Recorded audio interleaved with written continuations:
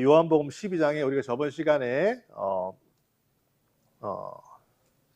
마리아의 이 향유 사건이 있었고요. 이 12장 그 이후로부터는 이제 드디어 예루살렘에 주님께서 나귀를 타고 들어가시는 모습으로부터 예수님의 최후의 그 최후라고 말하기는 그렇지만요. 십자가 달리시기 전 일주일이 이제 12장부터는 쭉 기록이 되어 있어요.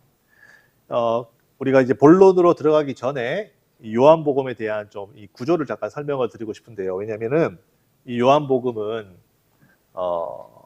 그 주님의 공생애 3년 반 혹은 3년 혹은 3년 반의 이 공생애를 균등하게 시간 순서로 말하자면 역사책 기록하듯이 그렇게 기록을 한 책이 아니라 사람의 전기를 쓰듯이 그렇게 기록을 한 책이 아니라 상당히 기록이 불균등합니다. 그러니까 기록이 차이가 있어요.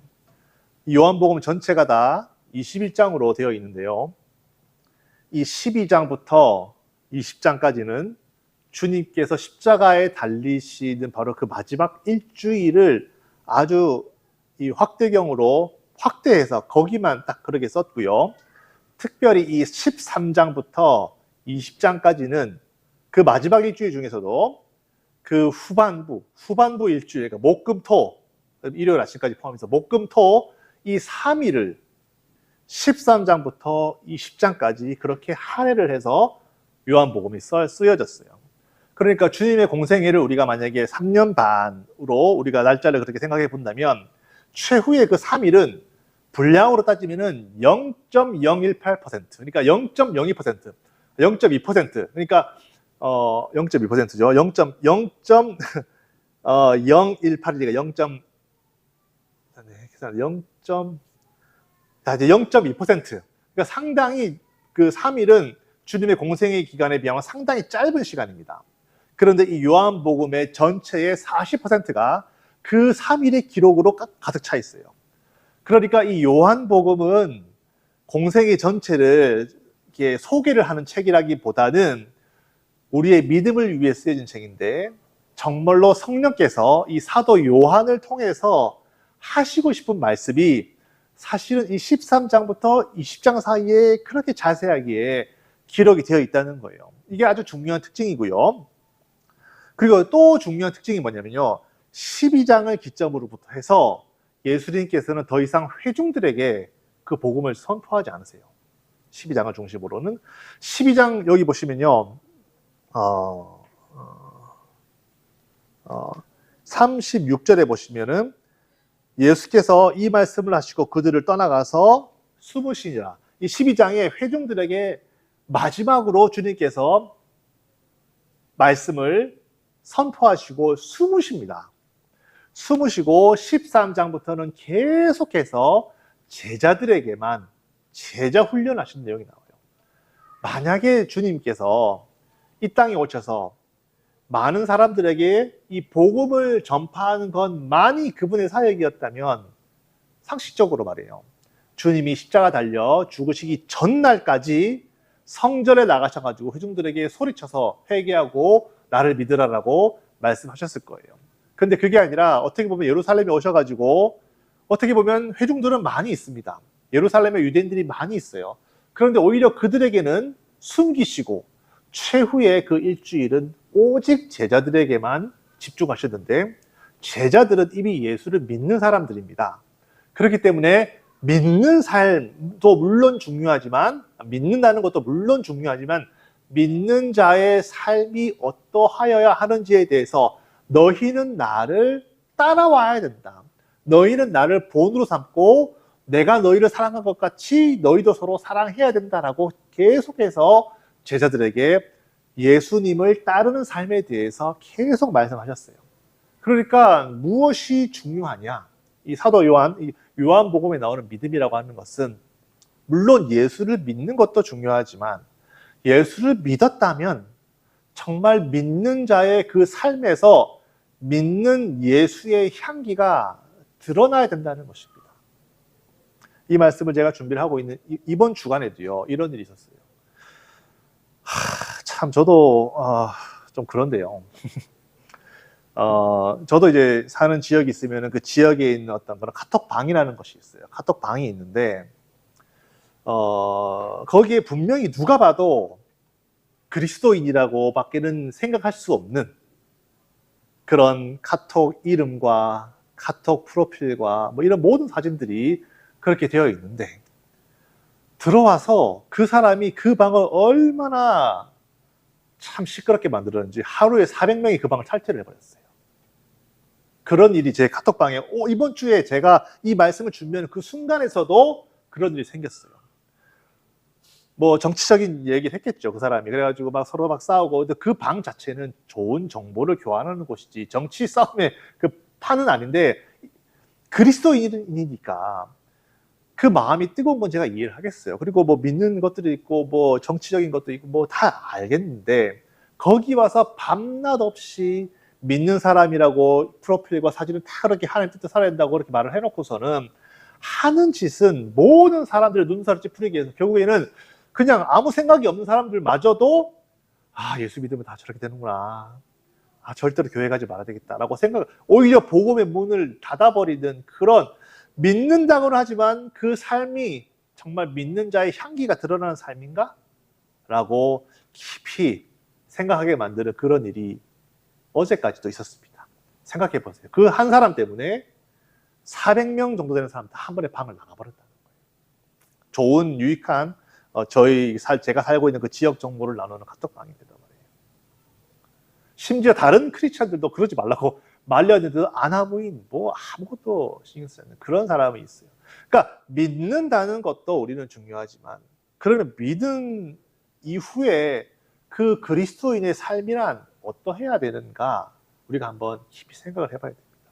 왜 예수님께서 십자가 달려 죽기 바로 그 전, 어떻게 보면 가장 중요한 시기에, 어떻게 보면은 예루살렘의 한복판에서 성전에서 피를 토하면서 나를 믿으라고 전도를 할 수 있었던 바로 그 시기에 오히려 주님께서는 자기 자신을 회중에게서는 숨기시고, 왜 극소수의 제자들에게만 그렇게 열과 성을 다해서, 뒤에 보시면 아시겠지만 그들의 발도 씻겨주시고 그들과 함께 떡을 나누면서 말씀하시고, 정말로 땀방울이 핏방울 될 때까지 겟세마네에서 그렇게 간절하게 제자들을 위해서 기도하시는 것을 우리가 볼 때, 예수를 따르는 삶이 얼만큼 중요한가를 우리 요한복음에서 이 12장부터 시작해서는요, 계속해서 제자들에 대한 이야기밖에 안 나옵니다. 예수를 따르는 삶이 어떻게 되는지, 예수를 따르는 삶에 대해서 내가 지불해야 될 대가가 무엇인지, 믿는 것은 공짜지만 믿고 난 이후에 우리의 삶은 어떠한 대가를 지불해야 되는지에 관한 내용들이 계속해서 나오고 있어요.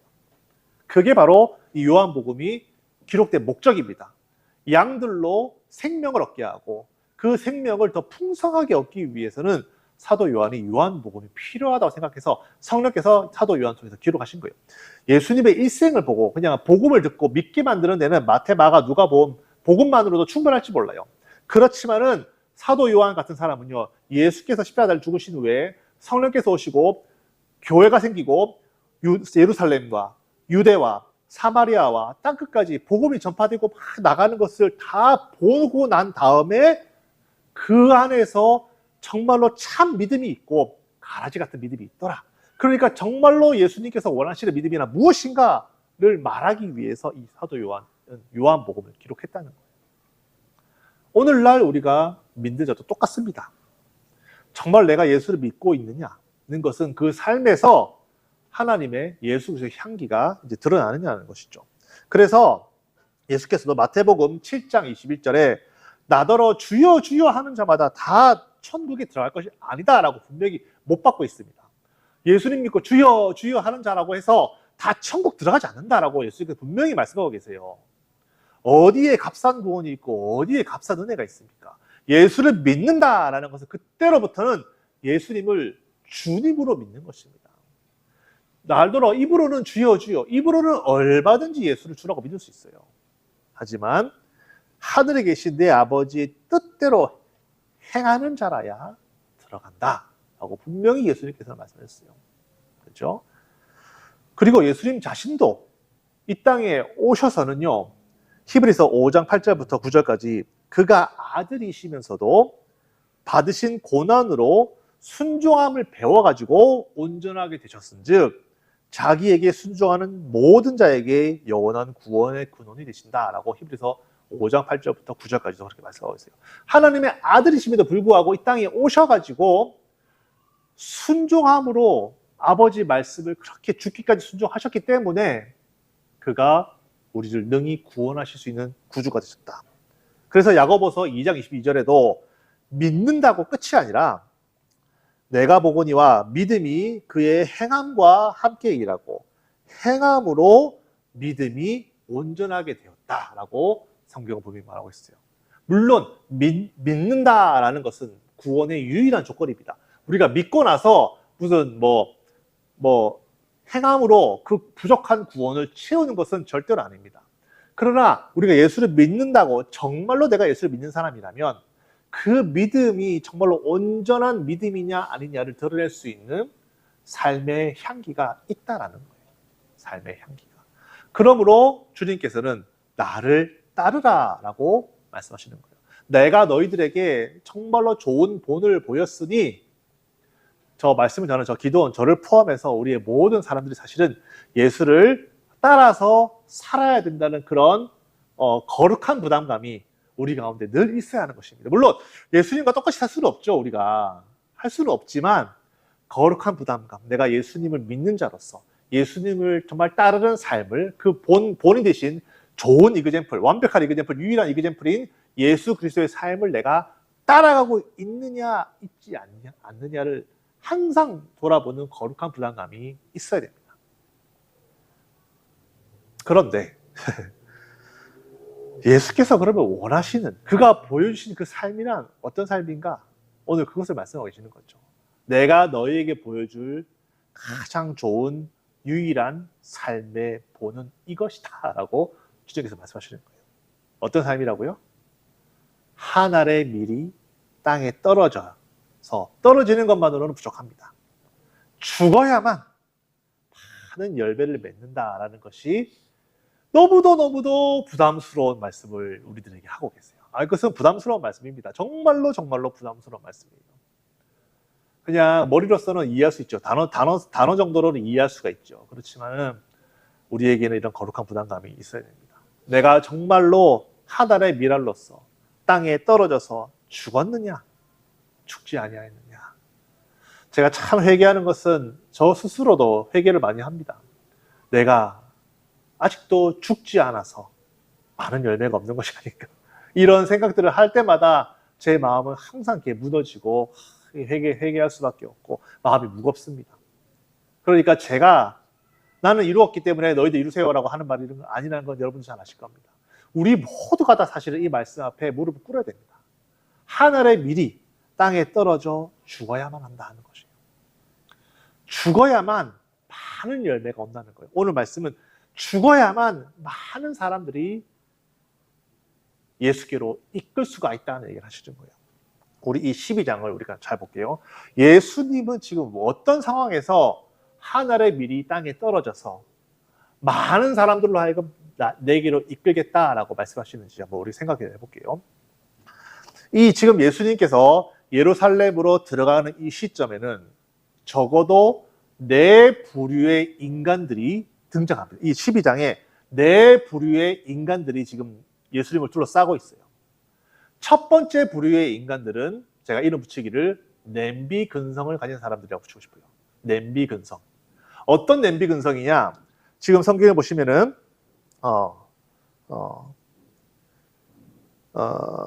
자 13절에 종려나무, 지금 12장 13절에 종려나무 가지를 가지고 맞으러 나가 외치되 호산나 찬송하리로다 주의 이름으로 오시느니 곧 이스라엘의 왕이시여 라고 하면서 종려나무 가지를 들고 막 예수님을 환영하는 사람들이 있습니다.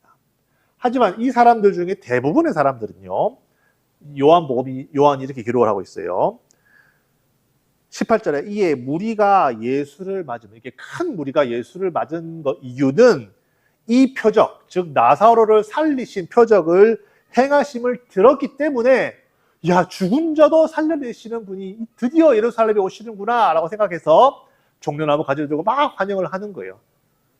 환영하는 이 순간은 정말 믿음이 좋아 보이지만 주님은 알고 계세요. 예수님 알고 계세요. 며칠만 지나면 종려나무 이렇게 가지 들고 환영하는 이 손이 주먹으로 바뀌어가지고 예수를 십자가에 못 박아라! 못 박아라! 그렇게 예수를 저주하고 예수를 십자가에 못 박는 군중이 될 거라는 것을 주님은 알고 계세요. 그러니까 냄비 근성을 가진 사람들이라고 제가 이름 붙였어요. 냄비 근성 가진 사람들이 지금 주님 주변에 있습니다. 또 그런가 하면 바리새인들과 대제사장들 같이 예수를 죽이려고 모의하는, 예수를 싫어해서 대적해서 예수를 죽이려고 모의하는 사람들도 지금 예수님 주변에 있습니다. 예수를 죽이려고 하는데요, 그 미움의 정도가 그냥 일반적이지가 않아요. 아주 이를 바득바득 갈고 필요 이상으로 예수를 증오하고 필요 이상으로 예수를 너무 싫어해서 죽이되 그냥 죽여서는 직성이 안 풀리는 거예요. 십자가라고 하는 극형을 처해서 죽여야만 직성이 풀리는 그런 대적자들이 지금 예수님 주변에 있습니다. 또 그런가 하면 겉으로 열심히 있는 체 하는 사람도 있어요. 여기 보시면 헬라 사람들이 나옵니다. 우리가 오늘 본문 말씀에 명절에 예배하러 올라온 사람 중에 헬라인 몇이 있다. 이제 예배하러 올라왔다고 하니까 적어도 유대교를 믿는 헬라 사람이거나 아니면 헬라파 유대인들, 헬라 지역에서 태어난 유대인들일 수 있겠죠. 어쨌든 간에 헬라의 문화에 익숙해 있는 사람인데 예수라는 소문을 들고 멀리서부터 자기가 찾아왔다는 거예요. 멀리서부터 예수라는 이름을 듣고 찾아왔다는 거예요. 그런데 이 사람도 주님 아세요. 이 사람도 며칠 뒤에는 예수가 우리가 찾던 그 사람이 아니었나 보네 하고 무관심하고 방관하고 예수를 떠날 자라는 것을 알고 계세요. 그렇죠? 그리고 마지막 네 번째 부류의 사람은 예수의 제자들입니다. 제자들은 3년 반 동안 예수님을 줄기차게 따라다녔어요. 아주 예수를 따라다니는 그 열심이 많았던 사람이에요.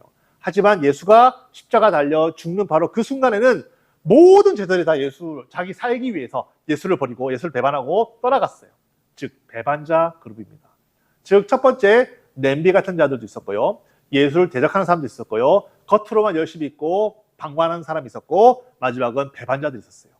주님의 주변에는 사람들이 많이 있었습니다. 그렇지만 다 이런 부류의 사람들이었어요. 그리고 예수께서 십자가에 달려 죽으시는 순간에 이 모든 사람들이 다 순간에 다 예수를 떠나고 예수를 부인하고 예수를 죽이고 떠날 거라는 것을 예수님은 알고 계셨어요.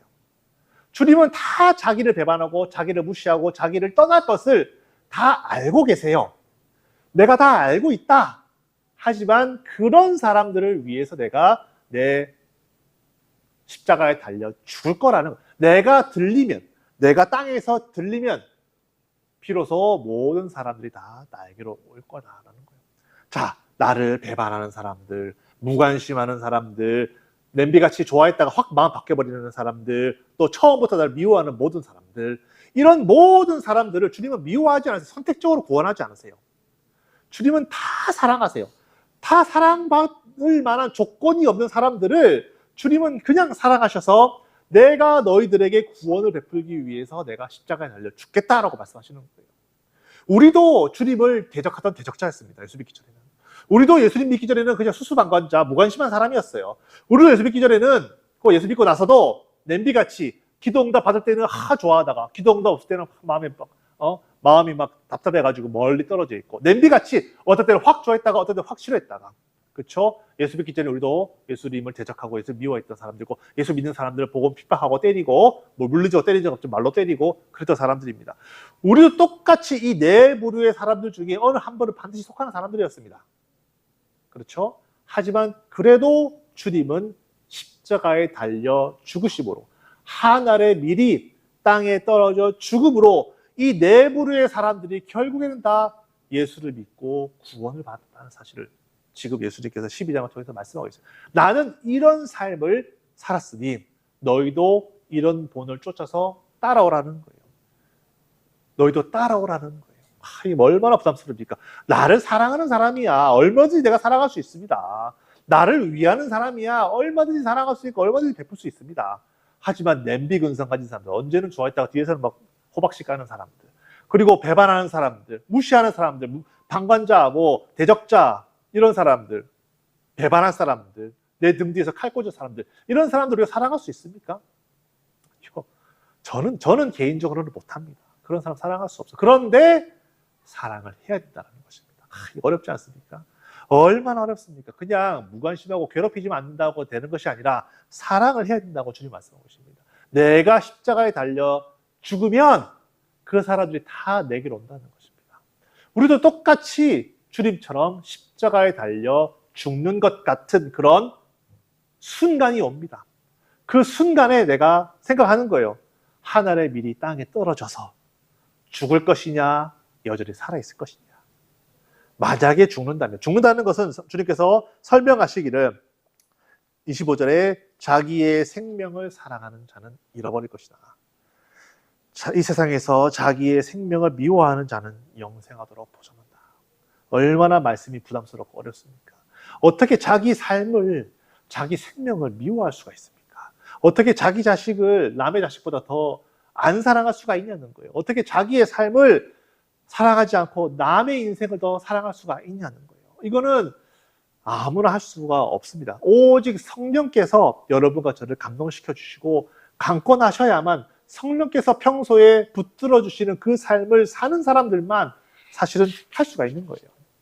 어렵고 부담스러운 말씀이지만, 그러나 이것이 우리가 주님의 말씀을 가려 듣겠습니까? 이 말씀은 받을 만하니까 받고 저 말씀 받기 힘드니까 그냥 내버려 두겠습니까?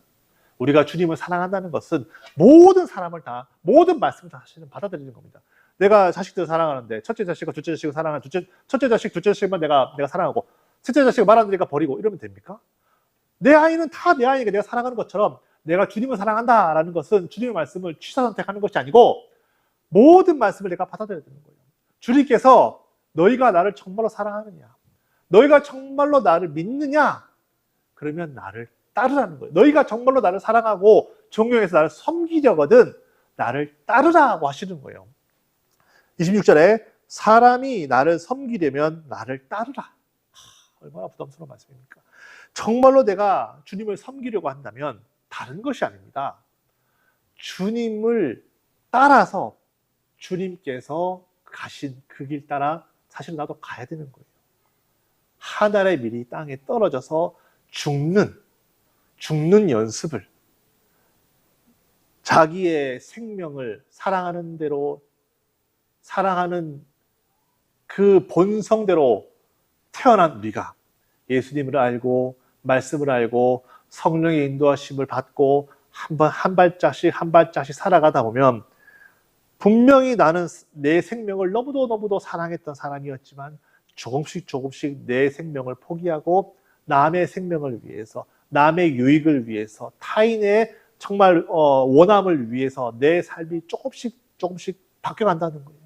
이렇게 예수님을 따라 사는 이 사람을 하나님 아버지는 너무도 귀히 여기시고 내 영광을 그에게 줄 거라고 하나님께서는 약속을 하십니다. 바로 이 영광을 보고 이 땅에서 여러분과 저의 삶을 조금씩 미워하며 내가 남의 삶을 더 사랑할 수 있는 그런 사람이 저부터 되어야 될 텐데요. 그렇게 살 수 있기를 정말로 예수의 이름으로 나 자신도 축원하고 여러분도 축원합니다. 주님은 우리 보고 하늘에서 야, 좀 그렇게 살아봐라, 우리를 그렇게 등 떠미시는 분이 아니라 이미 주님께서는 본인이 다 그렇게 살아오셨기 때문에 그렇게 본인이 우리를 그렇게 내 생명보다도 더 우리를 사랑하셨고 자기의 삶보다도 자기의 이름보다도 자기의 명예와 자기의 것보다도 훨씬 더 우리를 사랑하셨고 우리의 이름을 사랑하셨고 우리의 생명을 사랑하셨기 때문에 이미 그가 먼저 우리에게 본을 보셨다는 거죠. 십자가에 달려 죽으심으로 먼저 본을 보였으니 그 본을 쫓아서 우리를 이렇게 따라오라고 하시는 것입니다. 그래서 요한복음 13장 바로 그 다음에 나옵니다. 13장 34절에 새 계명을 너희에게 주노니, 우리에게 주신 계명 하나밖에 없어요, 사실. 그죠? 서로 사랑하라. 그런데 어떻게? 내가 너희를 사랑한 것 같이 너희도 서로 사랑하라. 너희도 서로 사랑하라는 거예요. 내가 너희를 사랑한 것 같이. 내가 내 생명을 미워하고 내 삶을 미워하고 내 생명을 조금 더 귀히 여긴 것을 여기지 않고 오히려 더 많은 사람들의 생명을 더 귀한 것으로 여기고 모든 물과 피를 쏟은 그런 사랑처럼 너희도 남을 위해서 그렇게 교회를 위해서 우리 형제자매를 위해서 그렇게 하라는 것이죠. 이거 참 부담스러운 말씀입니다. 그렇지만 주님의 명령입니다. 우리가 그렇게 하루아침에 우리가 뭐 오지로 가서 선교할 수는 없겠죠. 그렇지만 조금씩 우리의 삶을 목표를 이 세상을 바라보고 사는 것이 아니라 이 세상에 속한 많은 사람들을 바라보고 그 모든 사람들을 다 예수께로, 나를 배반하는 사람도 예수께로, 나를 등쳐먹는 사람도 예수께로, 나에게 아무 무관심한 사람도 예수께로, 나에게 정말로 앞에서는 좋은 말하면서 뒤에서는 호박씩 가는 그런 사람도 예수께로 인도할 수 있기를 어떻게 하면 내가 정말 직장을 다니고 있는데 이 직장에서 어떻게 하면 더 많은 사람들을 예수께로 인도할 수 있을까? 내가 어떻게 하면 더 정말 내가 다니는 학교에서, 내가 다니는 가정에서 어떻게 하면 내 자녀를 예수께로 인도할 수 있을까? 어떻게 하면, 그러면 방법은 하나밖에 없습니다. 사실은 내 삶을 미워해야 되는 거예요. 내가 죽어야 되는 거예요. 아, 이게 어려운 말씀입니다. 하지만은 우리도 그 사랑을 따라서 형제를 사랑하라고 예수님께서는 명령하셨어요. 내가 내 삶을 미워하고 내 삶을 포기하고 다른 사람을 위해 산다는 것이 내가 보기에는 그렇게 큰 열매가 당장 있어 보이지 않을 수도 있어요. 그렇기 때문에 별로 의미가 없이 보일 수도 있지만요. 정말 우리가 말씀을 아멘으로 받아들이고 한 알의 밀알이 땅에 떨어져 죽어보면 그 열매는 사실은요, 내가 볼 수 없을지도 몰라요. 내가 그 열매를 볼 수 없을지도 모르지만은 반드시 이 죽음을, 나의 포기를, 나의 헌신을 하나님께서는 반드시 받으시고 반드시 열매를 맺게 하세요. 여러 가지 이야기들이 많지만요. 제가 한 가지 준비한 이야기는 토마스 선교사 이야기를 아마 여러분 다 잘 아실 거예요. 한국의 조선에 온 최초의 우리 기독교 선교사면서 순교자입니다. 이 토마스 선교사는요, 원래는 중국에 선교를 준비하고 간 사람이에요. 그 부인과 함께. 그때 부인이 이제 임신을 했었는데 중국에 갔다가 4개월 만에 아이 낳다가 죽었습니다. 선교를 갔는데 부인이 죽었다고, 애를 낳다가 죽었는데, 그러면 이제 그 선교사도, 토마스 선교사도 얼마나 망연자실하고 나는 이제 못하겠다고 했는데, 그래서 중국에 이제 거하다가 한국에서 이제 조선이죠, 핍박을 피해서 온 사람을 만나고 이제 조선 사람들하고 얘기하다 보니까 조선은 어디인지도 모르지만 조선에 엄청나게 많은 사람들이 살고 있다는 사실을 듣고 그때부터 자신이 조선을 선교해야겠다고 생각을 해서 2년 동안 준비를 하고 조선말도 좀 배우고 해가지고 제너럴 셔먼호라고 하는 그 배를 타고 평양으로 갔다가 성경책을 준비해가지고 평양으로 갔는데 땅 한 번 밟아보지 못하고 거기 이제 그 평양 수비하는 우리 군관들이 공격을 해가지고 배는 침몰하고 그 사람 잡혀가지고 대동강변에서 이렇게 참수당했다는 거 아니겠어요? 한 번 예수 믿으세요, 하나님 사랑하십니다, 복음의 말씀 전해주지도 못하고 중국으로 선교 왔다가 부인 죽고 거기서 조선말 배워가지고 조선으로 갔는데 조선 땅 밟아보지도 못하고 대동강변에서 그냥 목 베어하며 죽었는데 성경책 들고 왔을 거 아닙니까? 배가 이제 무너져 가니까 성경책 막 던져버렸다. 성경책을 막 던져버리고 자기를 참수하려고 하는 그 군관에게 성경책 이거 하라고 줬대요. 그 박춘권 씨가 그 간증을 하는 거예요. 그걸로 이제 자기는 죽였는데, 그 선교사를 자기가 죽였는데, 참수시켜 죽였는데 책을 주니까 이 책이 그래도 종이도 있고 좋으니까 들고 간 거예요. 들고 가다가 집에서 읽어보다가 그 선교사는 정작 아무 말도 못했는데 죽었는데 그냥 그 책 보다가 본인이 예수를 믿게 된 거예요. 그리고 그 선교사가 죽어가면서 배에서 막 성경 던졌지 않습니까? 그 성경책 3권을 최치량이라는 그 젊은 11살 먹은 소년이 주워왔대요. 근데 이 성경책을 뭐 어디다 쓸지 모르니까 거기에 있는 어떤 조선 관리에게 줬는데 그 관리가 종이 질이 좋으니까 이거를 자기 그 여관 벽지로 썼다는 거 아니겠어요? 여관 벽지로. 근데 그 여관에 들어오는 사람마다 그 성경책을 읽더니 그 여관이 많은 사람들이 예수를 믿게 된 거 아니겠어요? 그래서 처음에는 이제 그 여관이 무슨 교회였죠? 널다리꼴 교회라고 이렇게 모였다가 나중에 그 교회 사람들이 장대현 교회가 되었죠. 장대현. 여러분 장대현 교회 얘기 들어보셨죠? 평양 대부흥이 시작된 바로 그 장대현 교회였다는 거예요.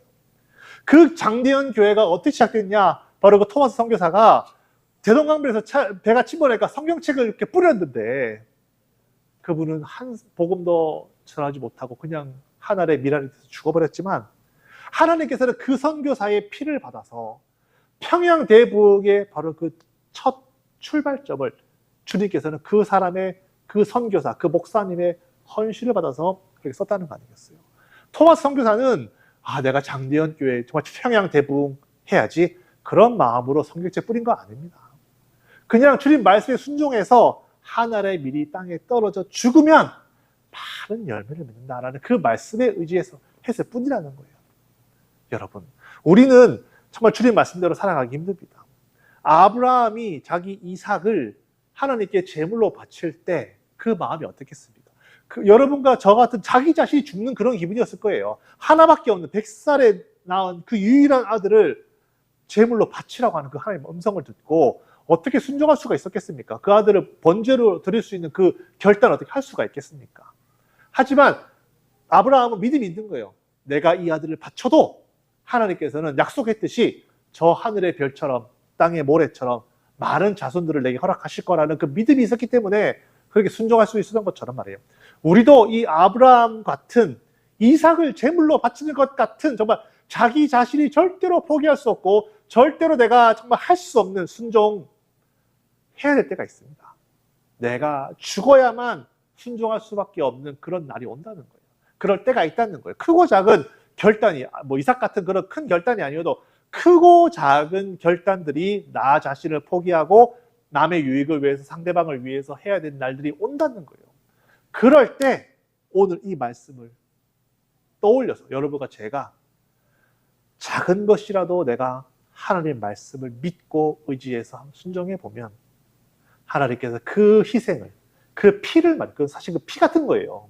그것이 물질이 되었든 시간이 되었든 아니 마음이 되었든 그냥 욕 들어먹고 그냥 내 마음에 상한 심령이 되었든 뭐가 되었든 내 자신의 것을 내려놓고 포기할 때 하나님께서 그 헌신을 받아서 많은 사람들이 예수께로 돌아오는 역사가 이건 하나님의 약속입니다. 우리가 때로는 그 결과를 보지 못해도 하나님은 반드시 그 일을 이루신다는 거예요.